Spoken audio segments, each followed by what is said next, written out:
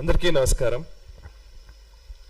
Telangana journalist union నిర్వహిస్తున్న ఈ round table సమావేశానికి వచ్చినటువంటి అతిథులందరికీ, ఆయా సంఘాలని రిప్రజెంట్ చేస్తున్నటువంటి ప్రముఖులందరికీ కూడా పేరు పేరున ధన్యవాదాలు, అభినందనలు.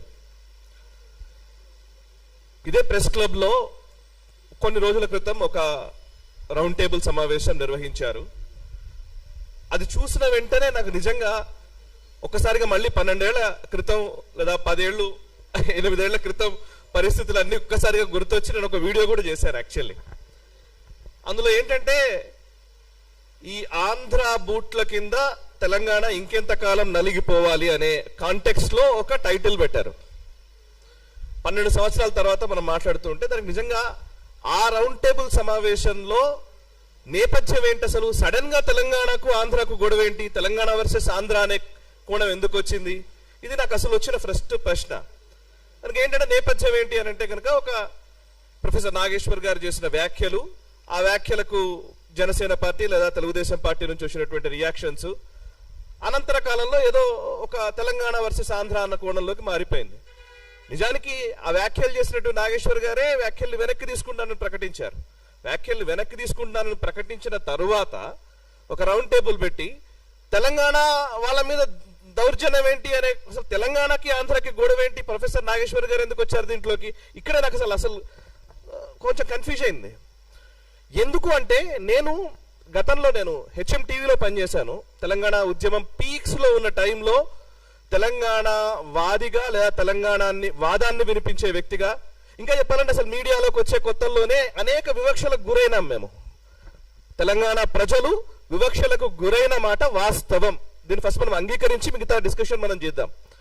ఎందుకు అనంటే, అసలు తెలంగాణ నుంచి వచ్చిన వ్యక్తికి వీడికి తెలుగు భాషనే రాదు, వీడు అసలు ఏం న్యూస్ చదువుతాడు అన్న రోజులు నాకు తెలుసు. నా ముఖం మీదనే చెప్పిన రోజులు కూడా నాకు తెలుసు. ఈ సోకాల్డ్ మాటలు మాట్లాడింది ఎవరో ఆంధ్ర వాళ్ళు అని వదిలేయడానికి వీల్లేదు. వాళ్ళంతా పక్కా కమ్యూనిజం నుంచి వచ్చినటువంటి జర్నలిస్టులే ఈ మాటలు అన్నది. నేను చాలా స్పష్టంగా చెప్తున్నాను. మామూలుగా న్యూట్రల్ గా ఉండే జర్నలిస్టులే అనలే నన్ను. బట్ ఆఫ్ కోర్స్ దాన్ని ఛాలెంజ్ గా తీసుకున్నాము, అధిగమించే ప్రయత్నం చేశాము, డిక్షన్ ఇంప్రూవ్ చేసుకున్నాము, ఒక దశకు వచ్చాం. నేను 2013లో సిడబ్ల్యూసి ప్రకటన వచ్చింది జూలై 31 రోజున, నాకు గుర్తుంది. జూలై 31 రోజు సిడబ్ల్యూసి తెలంగాణకు అనుకూలంగా ప్రకటన చేసిన రోజు లైవ్ లో కూర్చున్నాను నేను 10 టీవీలో. ఆ టైంలో 10 టీవీ యాజమాన్యము సిపిఎం పార్టీకి పెట్టినటువంటి ఛానల్ అది. అక్కడ కమ్యూనిస్ట్ పార్టీ సిపిఎం పార్టీ సమైక్యవాదానికి కట్టుబడి ఉంది, వాళ్ళు సమైక్యవాదమే ఉండాలని అన్నారు. అండ్ దానికి మేనేజింగ్ డైరెక్టర్ గా అప్పుడు ప్రొఫెసర్ నాగేశ్వర్ గారు పనిచేశారు. నాకు తెలిసి 2013-14 టైంలో ఏపీ ఎన్జిఓల సభ నాకు చాలా గుర్తుంది. ఏపీ ఎన్జిఓలు ఇక్కడ సభ నిర్వహించినప్పుడు ఎల్బీ స్టేడియం దగ్గర ఒక సమైక్యవాది ఒకడు ఇలా ఆ పక్కన అసెంబ్లీని వాటిని చూపించుకుంటూ ఇట్లా గొంతు కోస్తానని చెప్తున్నటువంటి విజువల్ ని పదే చూస్తూ బాధపడ్డ రోజులు తెలుసు. దాన్ని రిపోర్ట్ చేసిన రోజులు కూడా నాకు గుర్తున్నాయి. ఆ రోజులు ఉన్న ఎమోషన్స్ చాలా సీరియస్, ఒక పీక్స్ లో ఉన్న ఎమోషన్స్ లో ఉన్నప్పుడు ఇందాక ప్రసాద్ గారు అంటున్నారు, నిజంగా ఆ రోజులు ఉన్న పరిస్థితులను మేము మా అనుభవాలు మాకు గుర్తొస్తుంటే కూడా ఒక్కోసారి అనిపిస్తూ ఉంటుంది, ఒక చారిత్రక సందర్భంలో మనం ఉన్నాం కదా అని. ఆ టైంలో ఓవైపు కేసీఆర్ సభ వస్తున్నా, ఓవైపు తెలంగాణ సభలు ప్రొఫెసర్ కోదండరామ్ గారు, అప్పుడు ప్రొఫెసర్ జయశంకర్ గారు వీళ్ళు మాట్లాడుతున్నటువంటి సభల్ని తక్కువ నిడివి ఇచ్చి, ముఖ్యంగా సమైక్యవాదానికి ఎక్కువ నిడివి ఇచ్చినటువంటి ఛానల్ గా 10 టీవీకి ఆ రోజుల్లో ముద్ర ఉంది తెలంగాణ ప్రజల్లో. ఇవాళ ఏం మాట్లాడుతున్నాం మనం, తెలంగాణ వాది ఎప్పుడయ్యారైనా? నాకు ఇది అర్థం కాలే. రెండోది, తెలంగాణ వాదమే నిజంగా ఈరోజు గొడవ కాదు. వాళ్ళ దృష్టికోణం వేరు. ఎప్పుడైనా సరే వాళ్ళు ఒక విలన్ ని తయారు చేస్తూ ఉంటారు. కమ్యూనిస్ట్ సిస్టమ్ అంతా కూడా మొదటి నుంచి మనం అబ్జర్వ్ చేస్తే ఒక విలన్ ని తయారు చేస్తారు. ఆ విలన్ ని చూపించి మొత్తం ఆటంతా ఆడుతూ ఉంటారు. వాళ్ళకు విలన్ ఎవరు అని అంటే గనక మొదటి నుంచి కూడా వాళ్ళు కొంతకాలం పాటు బ్రిటిషర్ల దౌర్జన్యాలన్నింటినీ వైట్ వాష్ చేయడం కోసం హిట్లర్ అనే తోని తీసుకొచ్చి పెట్టారు. హిట్లర్ ను మించిన మారణ హోమం సృష్టించిన వ్యక్తి నిజాం.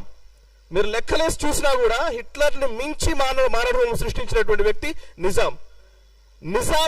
ఇప్పుడు మనం తెలంగాణ వాదం అన్న ప్రతిసారి తెలంగాణ అన్న పదం రాగానే నిజాం చరిత్ర వరకు పోయి ఆగిపోతుంది. నిజాం చరిత్రతో కట్ చేసేస్తారు అంతే. ఏంటిది? నిజాం మెడలు వంచింది ఎవరు? నిజాం మీద సాయుధ పోరాటం చేశారు కమ్యూనిస్టులు. దాంతో నిజాం పక్కకు నిజాంని రజాకార్ ప్రభుత్వాన్ని దించేశారు. సర్దార్ పటేల్ గారు వచ్చారు. విలీనమా విమోచనమా మళ్ళీ అక్కడ కన్ఫ్యూజన్ క్రియేట్ చేసి వదిలేశారు. నిజాం తెలంగాణ కాదు. నేను ఎప్పుడు పదే పదే నా తెలంగాణ ఉద్యమ కాలం నుంచి ఇప్పటి వరకు చెప్తూ ఉన్నాను. నేను నిజాం తెలంగాణ అసలైన తెలంగాణ కాదు, కాకతీయుల తెలంగాణ అసలైన తెలంగాణ. ఈరోజు మనం మాట్లాడుతున్న నిజాం కట్టించిన ఈ పెద్ద పెద్ద బిల్డింగ్లు భవనాలు కాదు, కాకతీయుల సాంస్కృతిక వైభవం ఈరోజు తెలంగాణ తీసుకోవాలి. ఇది నా మొదటి వెర్షన్. ఎందుకంటున్నానంటే మీరు అబ్జర్వ్ చేస్తే నేను 2001 ఆ టైంలో, నేను ఇంటర్మీడియట్ ఆ టైంలో హైదరాబాద్కి వచ్చాను.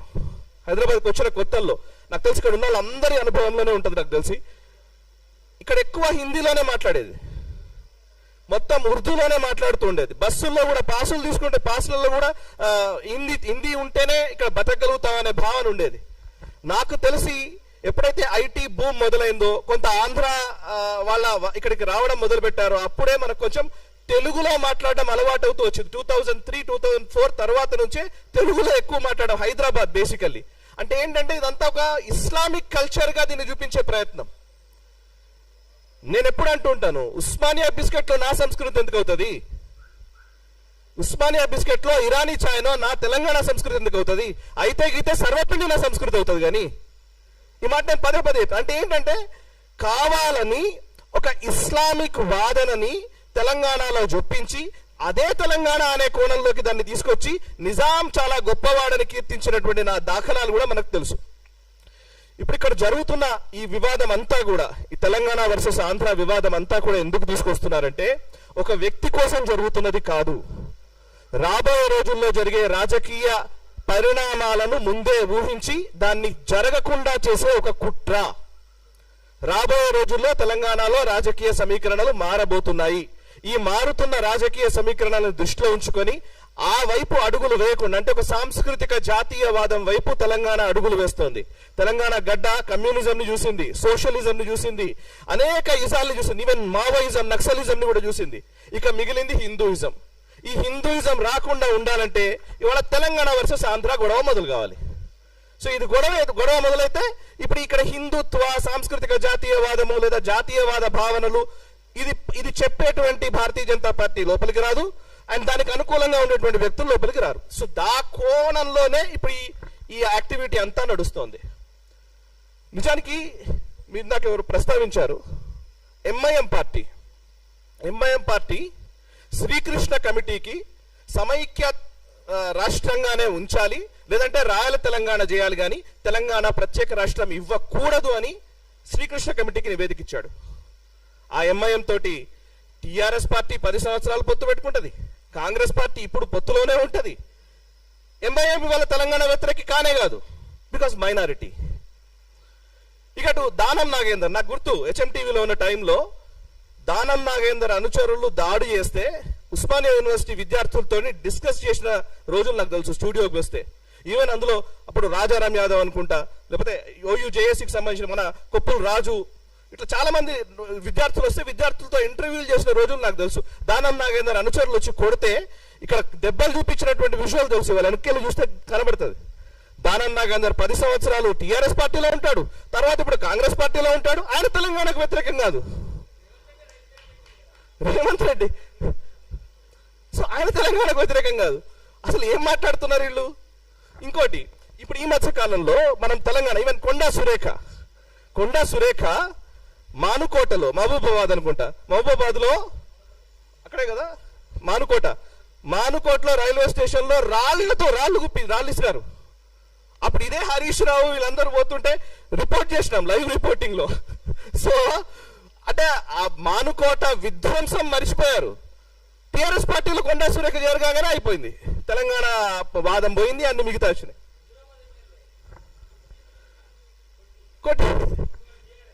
సో ఎవరికి చెప్తున్నారు తెలంగాణ వాదము? ఎవరు వినాలే? ఎందుకు ఇది నాకు అర్థం కావట్లేదు. సరే, ఇప్పుడు నేను 12 సంవత్సరాల తర్వాత ఇవాళ మళ్ళీ మనం తెలంగాణ ఉద్యమము, మళ్ళీ ఆ సమైక్యవాదకు ఇవన్నీ తీసుకురావాలని నేను అనట్లే. సమస్య ఏంటంటే ఒక ప్రొఫెసర్ చేసిన వ్యాఖ్యలని ఇవాళ తెలంగాణ వర్సెస్ ఆంధ్ర వైపు ఎందుకు తీసుకెళ్తున్నారు? ఆ వ్యాఖ్యలు ఆయన్నే వెనుక తీసుకున్నాడు. అంటే నేను ఇందాక చెప్పిన కాన్స్పిరసీ, రాబోయే రోజుల్లో జరిగే కుట్రల్ని బేస్ చేసుకొని జరుగుతున్నటువంటి ప్రయత్నం ఇదంతా. ఇక చివరిగా కమ్యూనిస్ట్ పార్టీలు తెలంగాణ ఉద్యమానికి లేదా తెలంగాణ రాష్ట్రం ఏర్పడాలని సిపిఐ ఏమో సపోర్ట్ చేస్తుంది, సిపిఎం ఏమో సమైక్యవాదం అంటది, తెలంగాణకు వ్యతిరేకంగా స్టేట్మెంట్ ఇస్తుంది. సిపిఐ గతంలో ఎమర్జెన్సీకి సపోర్ట్ చేసిన సిపిఐ ఎమర్జెన్సీ ఇందిరాగాంధీ విధించినప్పుడు ఎమర్జెన్సీకి బాహాటంగా సపోర్ట్ చేసినటువంటి communist party of India CPI ఈరోజు ప్రజాస్వామ్యం గురించి రాజ్యాంగం గురించి మాట్లాడుతుంది. వాళ్ళు మాట్లాడొచ్చు, ఏం కాదు. మావోయిస్టులు అసలు రాజ్యాంగమే ఉండకూడదు, బూర్జువా రాజ్యాంగం అని చెప్పినటువంటి నాయకులు, బూర్జువా రాజ్యాంగం ఇది, ఈ రాజ్యాంగం పనికిరాదు, ఈ రాజ్యానికి వ్యతిరేకంగా కొత్త రాజ్యం క్రియేట్ చేయాలి, అది విప్లవం ద్వారానే సాధ్యపడుతుందని చెప్పినటువంటి మావోయిస్టులు వరవరరావు గారిని అరెస్ట్ చేయగానే మాకు మానవ హక్కులు ఉన్నాయంటారు. మానవ హక్కులు ఎక్కడ ఉంటాయండి? రాజ్యాంగంలో ఉంటాయి. రాజ్యాంగం కల్పించిన హక్కులు కావాలి, కానీ రాజ్యాంగానికి విరుద్ధంగా పోరాడతారు. ఇంత హిపోక్రసీ, ఇది ఒక ద్వంద్వ ప్రమాణాలతో కూడినటువంటి ఈ హిపోక్రసీని పదే పదే పదే పదే తెలంగాణ ప్రజలకు రుద్దే ప్రయత్నం జరుగుతోంది. ఈ రుద్దుతున్న ఈ విషయాన్ని ప్రజలకు తెలియజేయాల్సిన బాధ్యత మనందరిపైన ఉంది. ఆ ప్రయత్నం చేస్తున్నందుకు ఫస్ట్ అభినందనలు. ఇక చివరిగా పొలిటికల్ ఈక్వేషన్స్ చూద్దాం. 2009 ఎన్నికలలో టిఆర్ఎస్, టీడీపీ, అదేవిధంగా కమ్యూనిస్టులు అందరూ కలిసి పోటీ చేస్తారు. తెలుగుదేశం పార్టీ చంద్రబాబు నాయుడుతో 2009లో పోటీ చేస్తే తప్పులేదు. 2004కు వచ్చేసరికి బీజేపీతో జతగట్టేసరికి తెలుగుదేశం పార్టీ కథం అయిపోయింది, అంటరాని పార్టీ అయిపోతుంది. ఓకే, 2018కి వచ్చేసరికి ఇదేదో కాంగ్రెస్ పార్టీ మాత్రమే. 2018లో కాంగ్రెస్ పార్టీ, తెలుగుదేశం పార్టీ, కమ్యూనిస్టులు, ప్రొఫెసర్ కోదండరామ్ గారి పార్టీ, తెలంగాణ జన సమితి, టీజేఎస్ పార్టీ, వీళ్ళందరూ కలిసి మహాకూటమి కట్టారు. 2018లో మన వెనక్కి చూస్తే మనకు ఇమేజెస్ కూడా కనబడతాయి, ఆ ఇంటర్నెట్లో ఇప్పటికీ ఉన్నాయి. ఉత్తమ్ కుమార్ రెడ్డి గారు, మల్లు భట్టి విక్రమార్క గారు, అటు ప్రొఫెసర్ కోదండరామ్ గారు, ఈవెన్ రాహుల్ గాంధీ, చంద్రబాబు నాయుడు గారు, వీళ్ళందరూ కలిసి ఒకటే స్టేజ్ మీద ఉంటారు 2018లో. 2018లో తెలంగాణ వాదం లేదా? ఇవాళ మాత్రం తెలంగాణ వాదం వచ్చిందా? అంటే మనకు అవసరమైనప్పుడు ఒకలాగా, మనకు అవసరం కానప్పుడు ఒకలాగా. సో ఈ పంథాలోకి ప్రజల్ని తీసుకెళ్ళి వాళ్ళకి ఎప్పుడు అనిపిస్తే అప్పుడు, అంటే ఆడ్ డే ఈవెంట్ డే అంటుంటారు, వాళ్ళకి అనిపించిన రోజు ఒకలాగా, వాళ్ళకి అనిపించిన రోజు ఒకలాగా. సో ఇప్పుడు మనం ఏమైనా మాట్లాడారు, మీరు తెలంగాణ ద్రోహులు, లేదంటే మీరు ఆంధ్ర ద్రోహులు. ఈవెన్ ఆంధ్రాలో కూడా ఇదే పరిస్థితి ఉంది. ఏమైనా ఎక్కువ మాట్లాడారు, మీరు ఆంధ్ర ద్రోహి. సో వాళ్ళ వైఫల్యాల్ని కప్పిపుచ్చుకోవడం కోసం మనకు ఒక కొత్త పదాలని క్రియేట్ చేసి దాన్ని విలన్గా, అట్లాంటి వ్యక్తుల్ని విలన్లుగా చూపించి వాళ్ళ పబ్బం వాళ్ళు గడుపుకుంటున్నారు. మిత్రులారా, ఈ సందర్భంగా ఒకే ఒక మాట, కశ్మీర్ విషయంలో మనం చూసాం. నిన్న పవన్ కళ్యాణ్ గారు అన్న మాటని వీళ్ళందరూ ఏం చేస్తున్నారంటే తెలంగాణ వాదం ఉగ్రవాదమా అలా ఎలా అంటారని వ్యాఖ్యలు చేస్తున్నారు. నేను చాలా సింపుల్గా చెప్పాలనుకున్నా. మొట్టమొదట కశ్మీరీ వాదం కూడా కశ్మీర్ వేరు, కశ్మీరియత్ అనే ఒక మాట నుంచే పుట్టింది. కశ్మీరియత్ వేరు, ఈ భారతదేశానికి కశ్మీరియత్ కి డిఫరెన్స్ ఉంది అనే మాటతోటే అది పుట్టింది. పుట్టిన తర్వాత దాన్ని రాజకీయ పార్టీలు దాన్ని అలాగే పెంచి పోషించాయి. ఆర్టికల్ 370 పెట్టి, 35 ఏళ్ళు పెట్టి, మీరు వేరు మేము వేరు అనే భావనని ఒక 50 ఏళ్ళు క్రియేట్ చేశారు. 1980-90లకు వచ్చేసరికి మారణ హోమం సృష్టించారు, కాశ్మీరీ హిందువుల్ని తరిమేశారు. కవిత సపోర్ట్ చేసింది. ఎస్, ఇదే కవిత కశ్మీర్ ని ఎలాగైతే మీరు భారతదేశం తీసుకుందో అట్లా తెలంగాణలో మీరు ఎక్సీడ్ చేశారన్నామే స్టేట్మెంట్ మీరా. ఓకే, సో వీళ్ళందరూ వాళ్ళకు అనిపించిన కశ్మీర్లో కూడా ఇట్లాంటి భావనే వచ్చిన సందర్భాలు ఉన్నాయి. ఇందాక మిత్రుడు మంచి మాట చెప్పారు. మనము ఒక విషయాన్ని ఏం చేస్తారంటే వాళ్ళకి అవసరమైనప్పుడేమో కులాన్ని తీసుకొస్తారు, అవసరం లేనప్పుడు కులాన్ని తీసుకురారు.